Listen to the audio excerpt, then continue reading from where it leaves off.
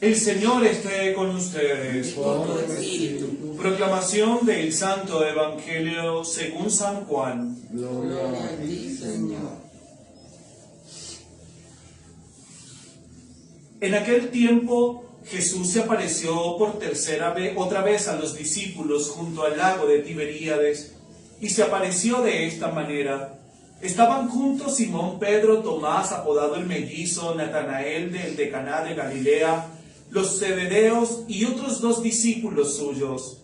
Simón Pedro les dice: «Me voy a pescar». Ellos contestan: «Vamos también nosotros contigo».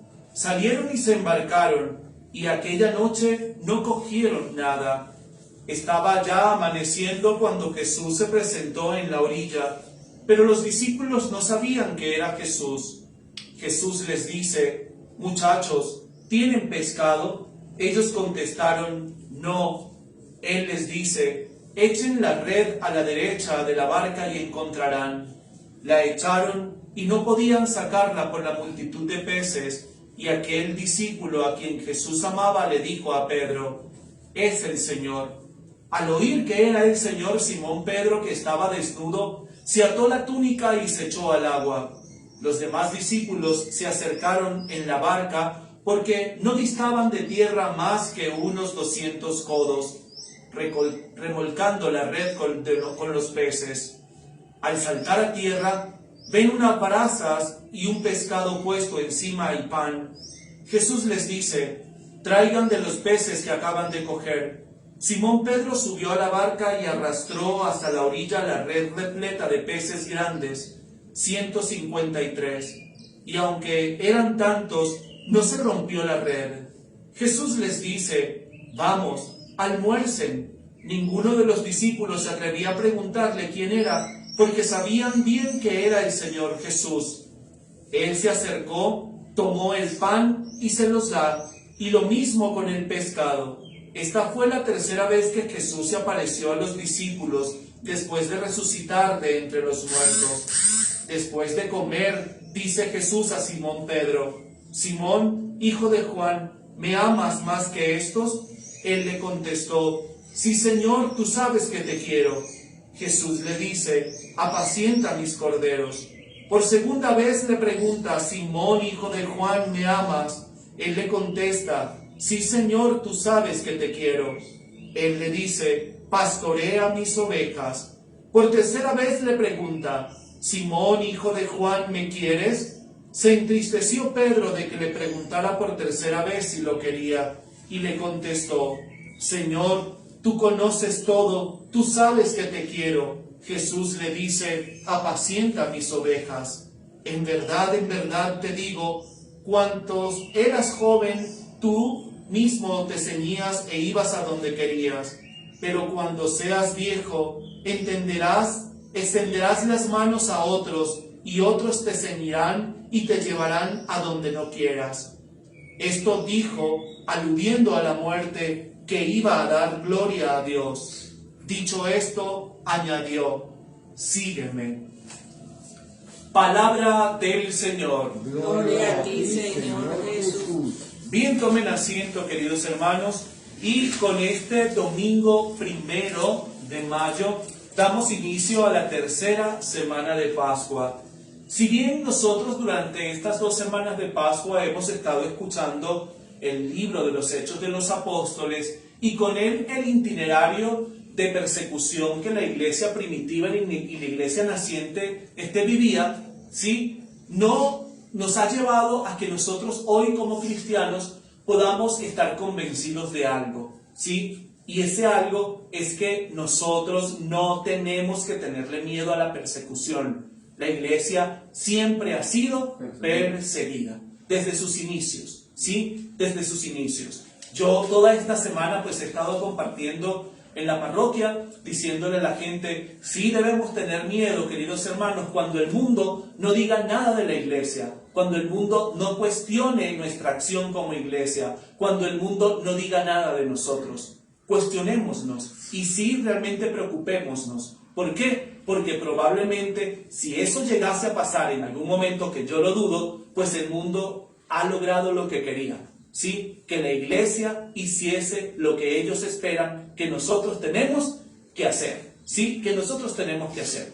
Por eso el Señor muy claramente les habló a sus discípulos, muy claramente les habló a esas primeras comunidades. Les decían, miren, el que quiera seguirme debe negarse a sí mismo, ¿sí? Y debe tomar su cruz. Es decir, ya con esas afirmaciones el Señor nos estaba haciendo entrever a todos nosotros que el camino que nos conduce verdaderamente a la vida va a traer momentos difíciles, ¿sí? Va a traer situaciones difíciles para nosotros. Por eso, como iglesia, no tenemos que tenerle miedo a la persecución.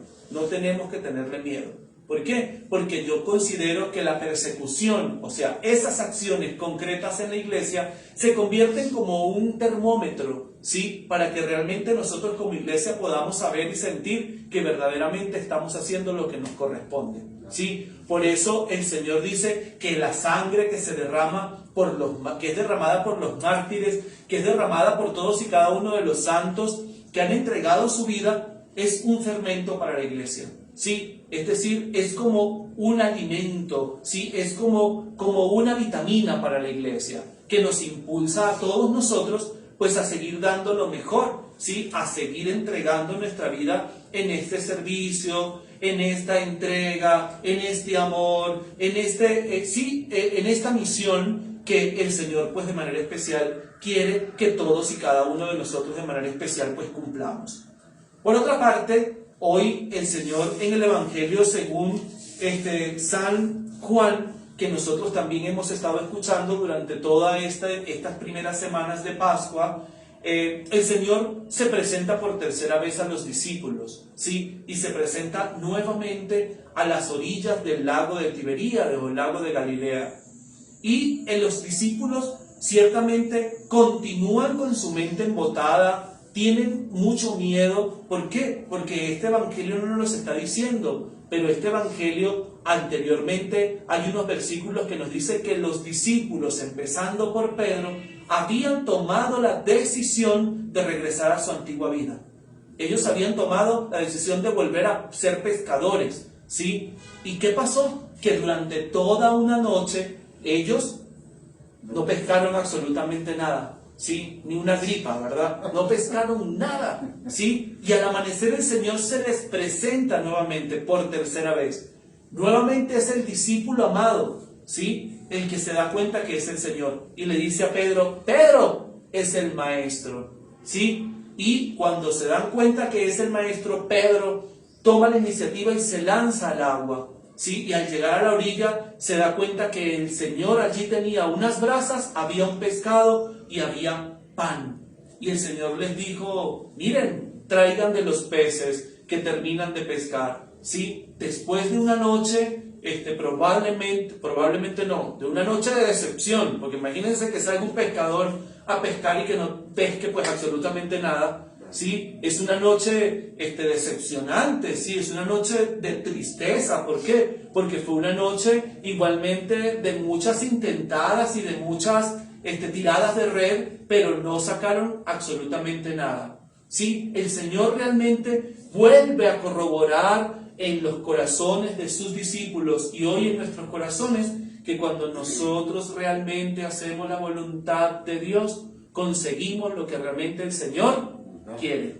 ¿Por qué? Porque el Señor lo da absolutamente, lo da todo, ¿sí? Y nuevamente lo corrobora en la vida de los discípulos, ¿sí? Lo corrobora en la vida de los discípulos.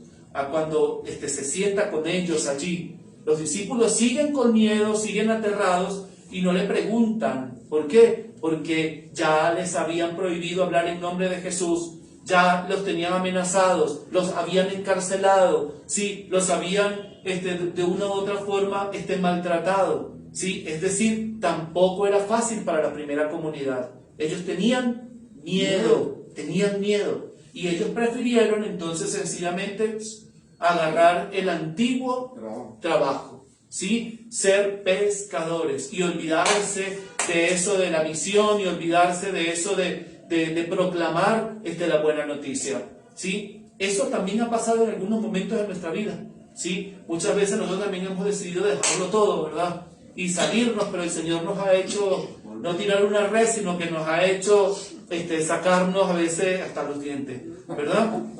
Y darnos cuenta que tenemos que regresar nuevamente al llamado, ¿sí? a esta misión, a este hermoso servicio que el Señor a todos y cada uno de nosotros pues, nos ofrece.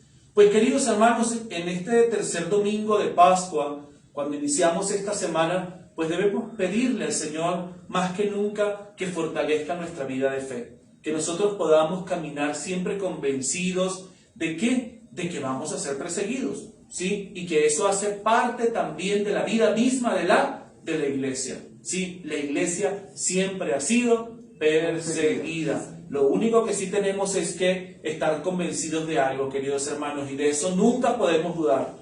Que tu vida y mi vida se acabará, pero la iglesia nunca se acabará. Nunca se acabará. Es una promesa y es una gracia que Dios ha conferido. El Señor lo ha dicho, los poderes del demonio no prevalecerán sobre la iglesia. No nos ha dicho, no la tentarán, ¿sí? Por eso nosotros siempre tenemos que estar fuertes en la oración. Tenemos que estar firmes en nuestra convicción. ¿Por qué? Porque la iglesia nunca se acabará. Nunca se acabará. Nuestra vida, el mundo, todo un montón de cosas pasarán, pero la iglesia nunca se acabará. Bueno, que María Santísima, nuestra Madre, y su esposo San José intercedan por nosotros. Que así sea. Que así sea. Nos ponemos en pie para hacer profesión de nuestra fe, diciendo todos: creo en Dios Padre Todopoderoso, Creador del cielo y de la tierra. Creo en Jesucristo, su único Hijo, nuestro Señor, que fue concebido por obra y gracia del Espíritu Santo, nació de Santa María Virgen, padeció bajo el poder de Poncio Pilato, fue crucificado, muerto y sepultado, descendió a los infiernos, al tercer día resucitó entre los muertos, subió a los cielos y está sentado a la derecha de Dios Padre Todopoderoso. Desde allí ha venido a juzgar a vivos y muertos. Creo en el Espíritu Santo, en la Santa Iglesia Católica, en la comunión de los santos, el perdón de los pecados, la resurrección de la carne y la vida eterna. Amén. Con el canto